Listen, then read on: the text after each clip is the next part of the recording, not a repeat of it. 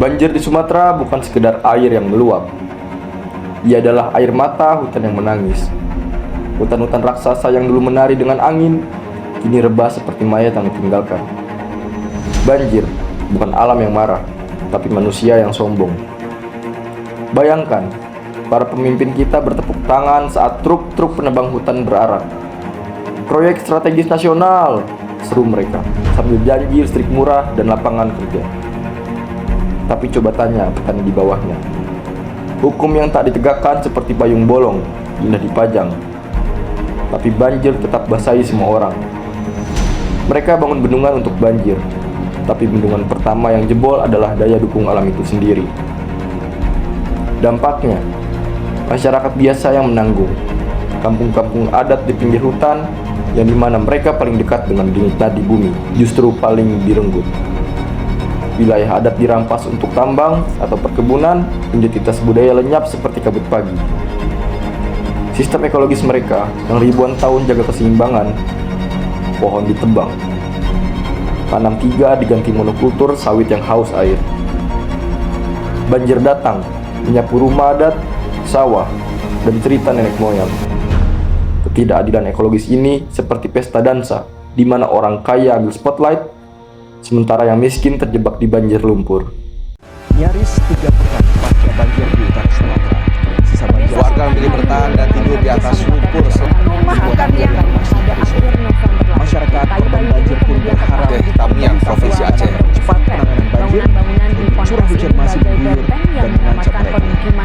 Presiden Prabowo pun meminta maaf atas kekurangan penanganan bencana banjir Sumatera karena memang kondisi di lapangan sangat berat.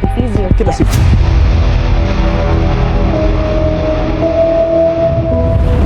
Fiscal Justice mengumpala sepanjang masa. Hari ini kita akan berbicara tentang sebuah institusi, sebuah legenda yang lahir dari idealisme, dari kejenuhan mahasiswa akan politik yang tak jauh beda dengan pemerintahan Orde Lama.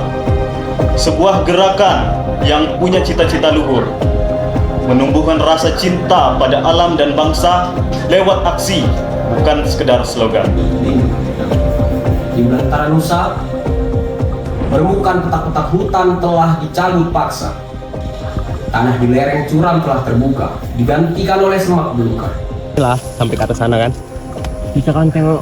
Sekarang ini bagian dari hutan lindung. Di depan sana ada penambahan hutan.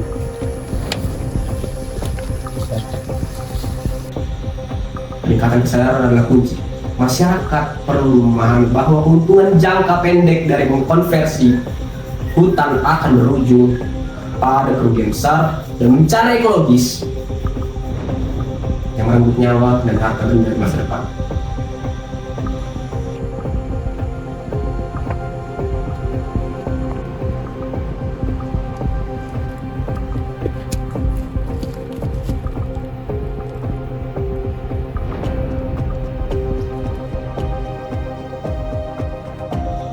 Akhirnya, isu tambahan hutan adalah kritis moral. Kita diingatkan oleh filsuf dan aktivis lingkungan Albert Schweitzer. Dia mengatakan manusia telah kehilangan kapasitas untuk meramalkan dan mencegah. Dia akan berakhir dengan menghancurkan bumi itu sendiri. Dari kayu yang terpapar ini sepertinya tidak terlalu banyak. Kita sudah tahu persis ini kayu-kayunya bentuknya ini tidak dalam bentuk yang ditebang. Jadi dari sekian banyak tadi saya hanya menemukan satu potongan yang ditebang asli. Jadi tidak banyak, jadi tidak banyak. Sehingga kalaupun ada karena kegiatan manusia atau Bengkulu di garis merah, di persimpangan jalan, di pinggir jurang, menunggu tragedi dimulai. Sumatera, pulau yang dijuluki Pulau Emas, kini lebih menyerupai panggung tragedi. Bencana alam yang silih berganti, mulai dari banjir bandang, tanah longsor, hingga kabut asap yang mencekik. Bukanlah sekedar fenomena alam biasa, itu kemarahan. Jangan menuduh Tuhan, ini akibat dari korporasi. Manifestasi nyata dari retaknya hubungan antara manusia dan alam. Kita menyaksikan langsung bagaimana bentang hijau yang menjadi jantung kehidupan, perlahan luluh lantak, membawa serta dampak ekologis dari kemanusiaan yang tak terhindarkan. Hubungan manusia dan alam telah didegradasi dari ikatan spiritual menjadi transaksi moneter. Masyarakat adat dan komunitas lokal menganggap alam hutan itu sebagai ibu, tapi rezim pembangunan telah memaksakan pandangan hutan sebagai komoditas yang harus diuangkan segera. Ini adalah kontradiksi fundamental yang menempatkan nilai tukar di atas nilai guna ekologis. Perubahan ini menciptakan konflik abadi ketika hutan dianggap sebagai kekayaan yang harus dikuras. Bencana alam menjadi konsekuensi yang logis. Jika kita terus menukar tanah dan air untuk uang, kita akan menjadi kaya di atas penderitaan orang lain, tetapi bangkrut dalam hal kehidupan. Politik bencana, false dikotomi, dan ketika kebijakan menjadi pemicu degradasi. Bencana ekologis yang melanda Sumatera hari ini adalah bencana yang dipolitisasi.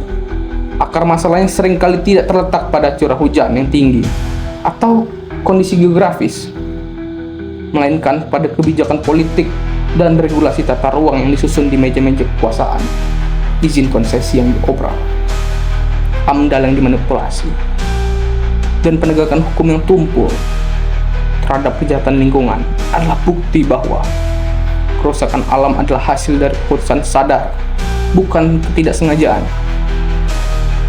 Krisis ekologis adalah cerminan dari krisis etika dan politik. Kita tidak dapat memecahkan masalah lingkungan tanpa terlebih dahulu mengatasi masalah ketidakadilan kebijakan yang memprioritaskan pertumbuhan ekonomi jangka panjang, pendek, di atas keberlanjutan ekologis.